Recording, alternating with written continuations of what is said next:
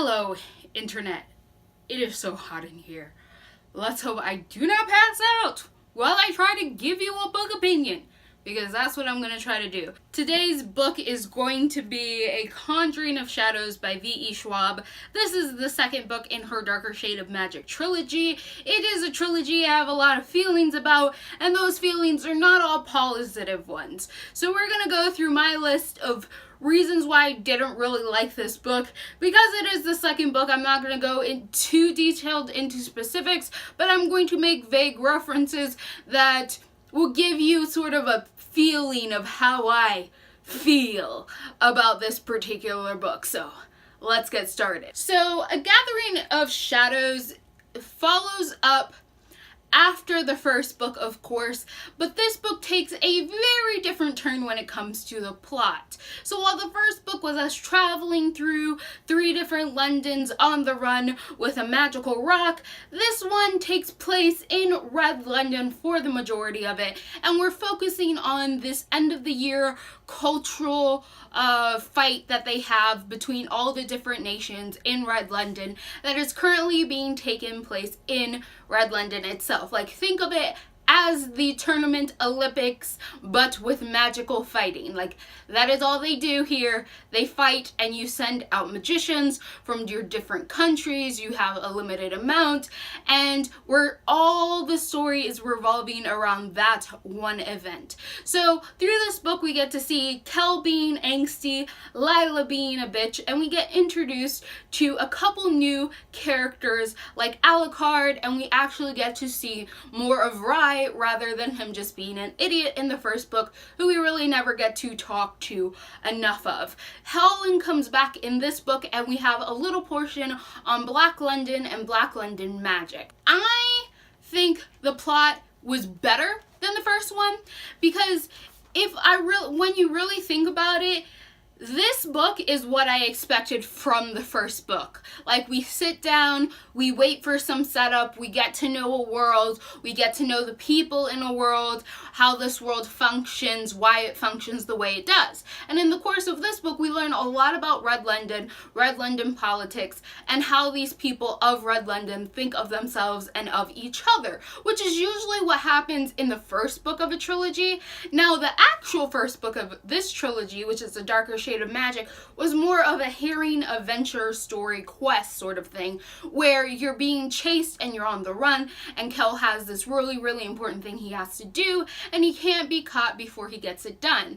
And you really never got a chance to stop and really think about the areas and the environment this story was taking place in. You only got enough of the environment, just enough so that you could understand the story. So it was really weird when I'm thinking about the plot of the second book compared to the plot of the first. They have very different feels, and it's like a switch of what your first and second book usually traditionally do when it comes to a trilogy. So I did like this book better, but like thinking about it, I'm just like, okay, I'm gonna go with it, but it really threw me off, and I'm not sure it threw me off in a good way. Now we're going to get into characters. First we have Kel, and he is, of course, one of the main characters in this book.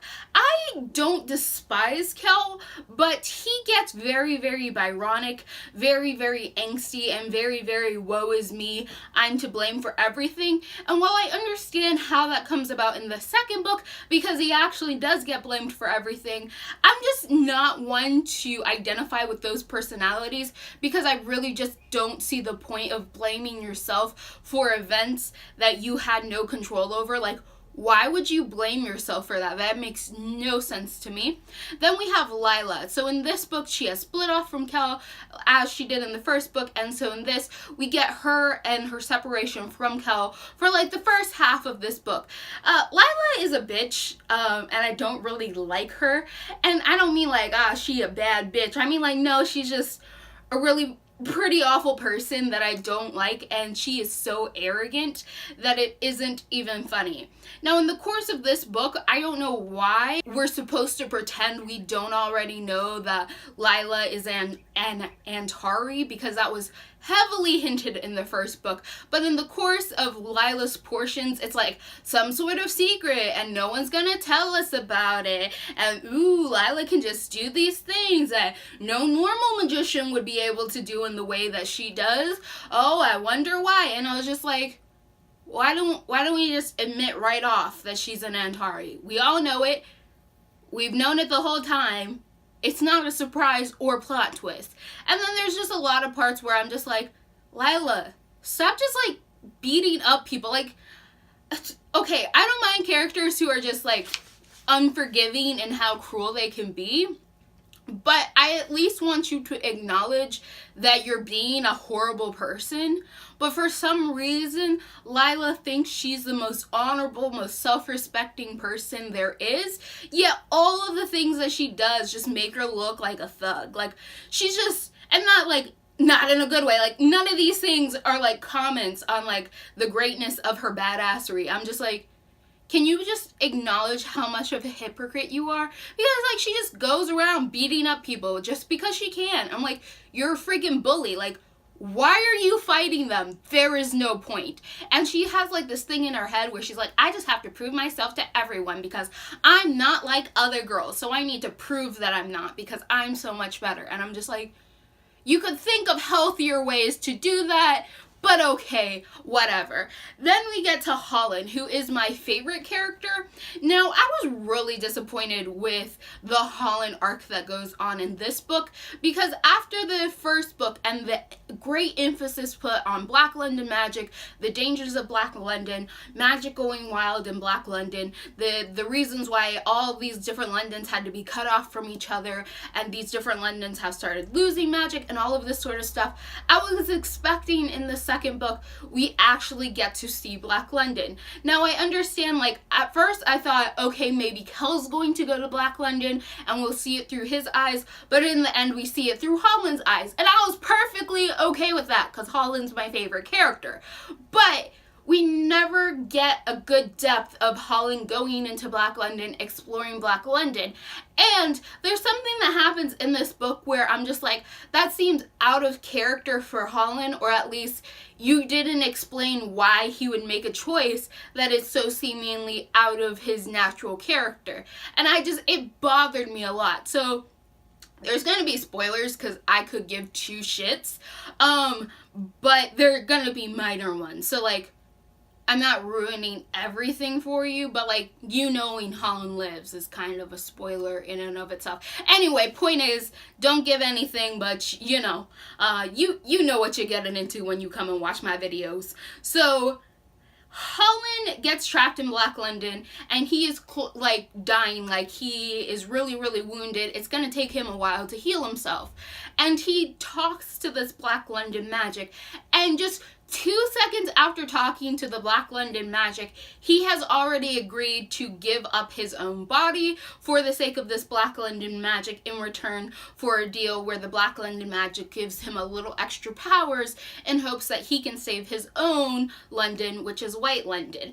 And yes, I can understand that Holland really, really cares about White London and is willing to do anything he can to protect it and care for its people. This makes total sense. What doesn't make sense is why Holland would, first time talking to this dude, would so easily give up his own body as a way to gain more power. I mean, he's in the center of Black London, which was the place closest to magic. I would assume that Holland wouldn't be so quick to jump into another relationship in which he is being used and he has no more autonomy over his body, especially given his Black backstory with the previous king and queen of White London. So that really struck me as odd. I would have liked him to spend a little bit more time in Black London, exploring it, maybe seeing some history, maybe reading some books before he made his final decision.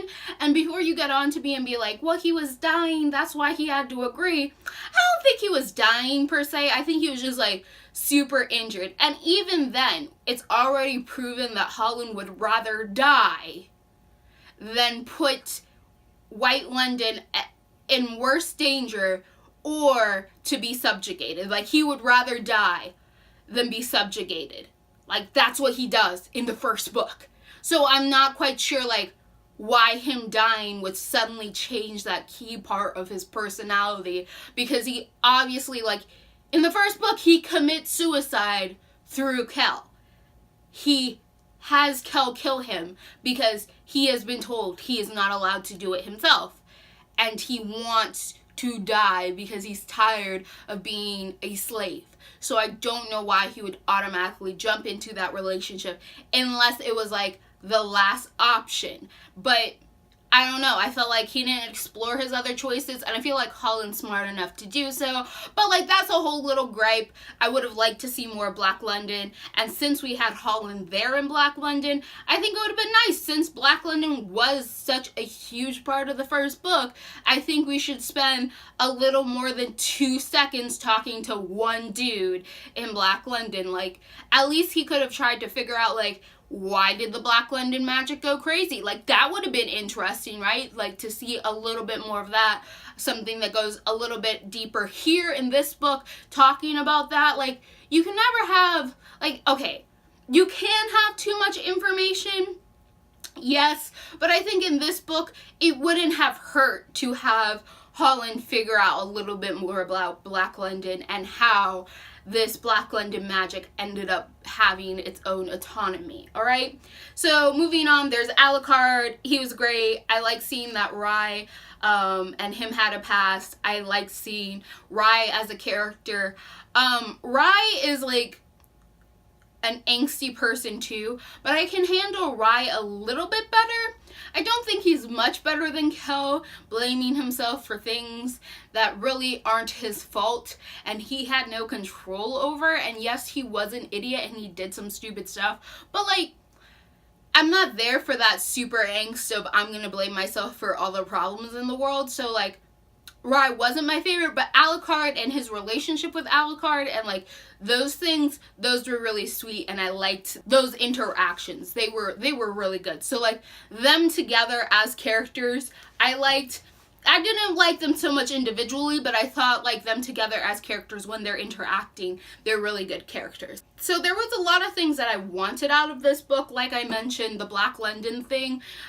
There was also this thing with Kel's parents that happens in this book that I was infuriated by, and I just wanted something different. So in the first book, Kel spends a lot of time just being like, the king and queen aren't really my parents, I'm just adopted, they don't really love me compared to Rye, like they don't really care about me, I'm just their slave.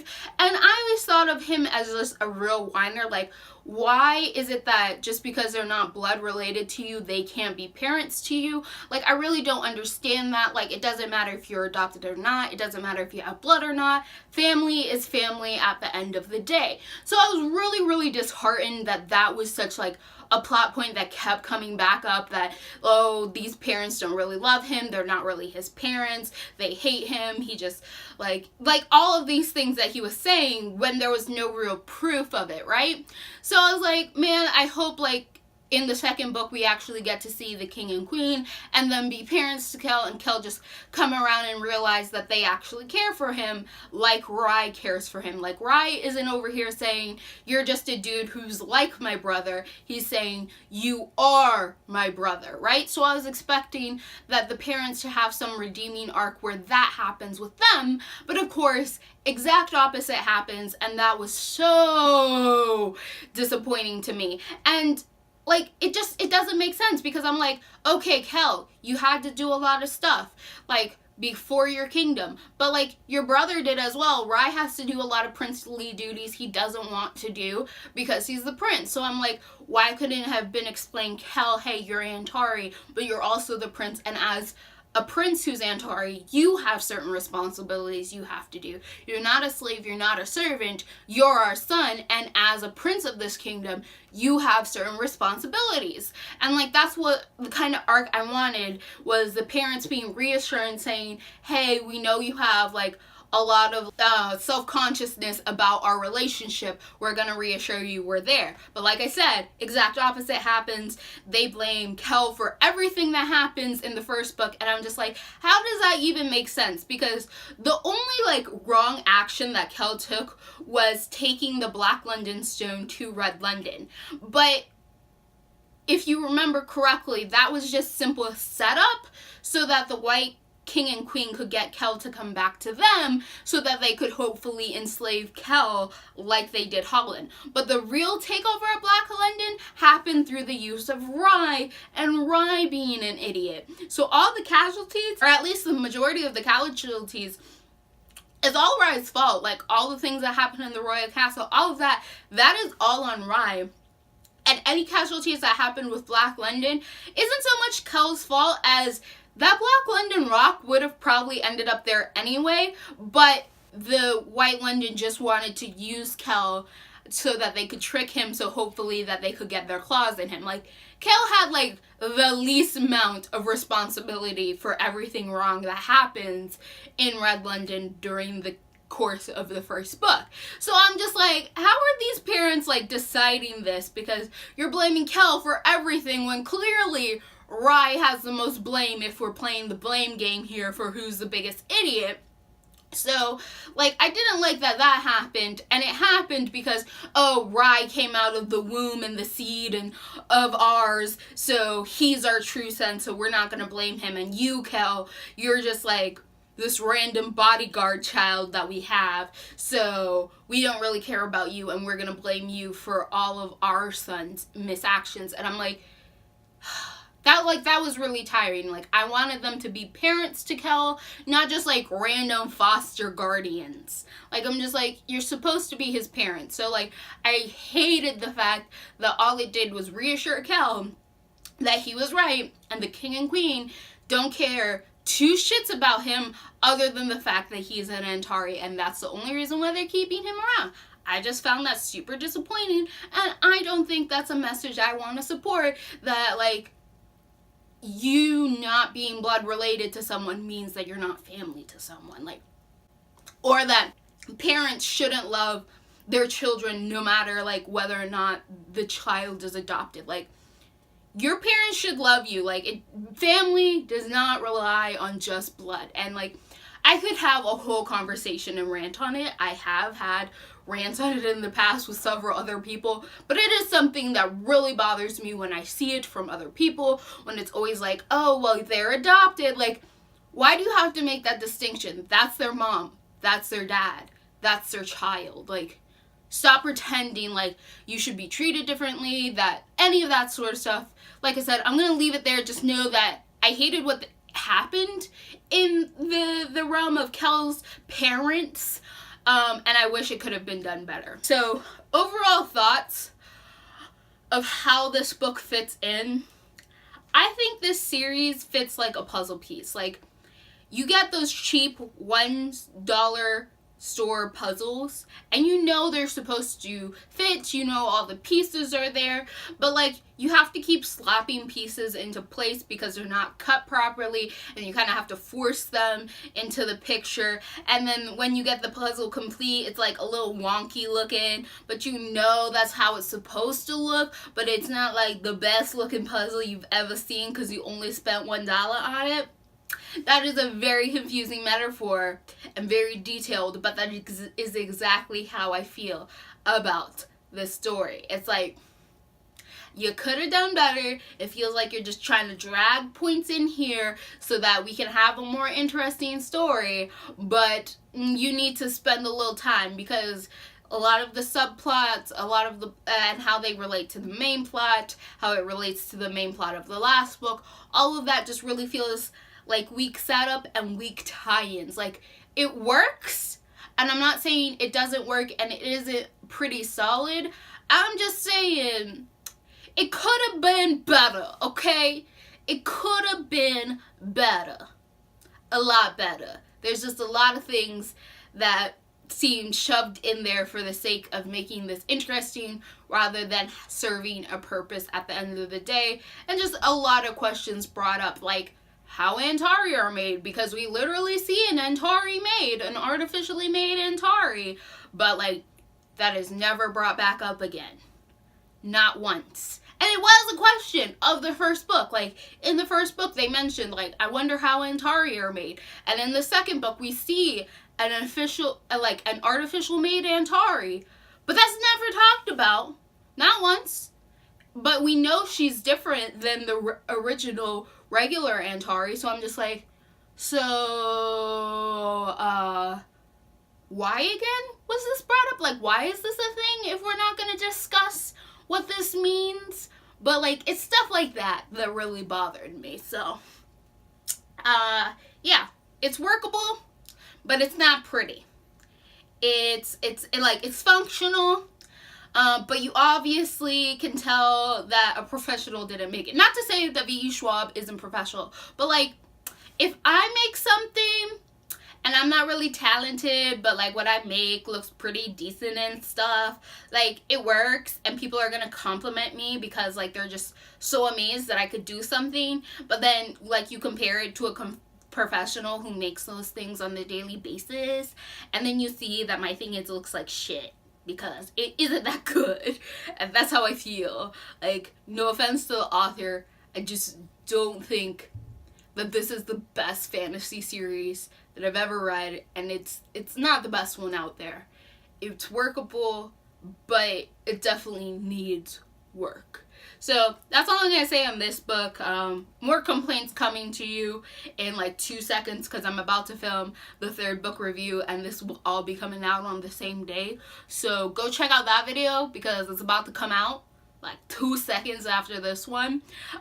If you love this series and you just hate everything I said, okay, that's it. Like, feel free to for your opinion. This is mine. That's why I call them opinions. So if you like what you're seeing here and you want to continue to see more, click all those bunny bunnies down below, and goodbye, internet.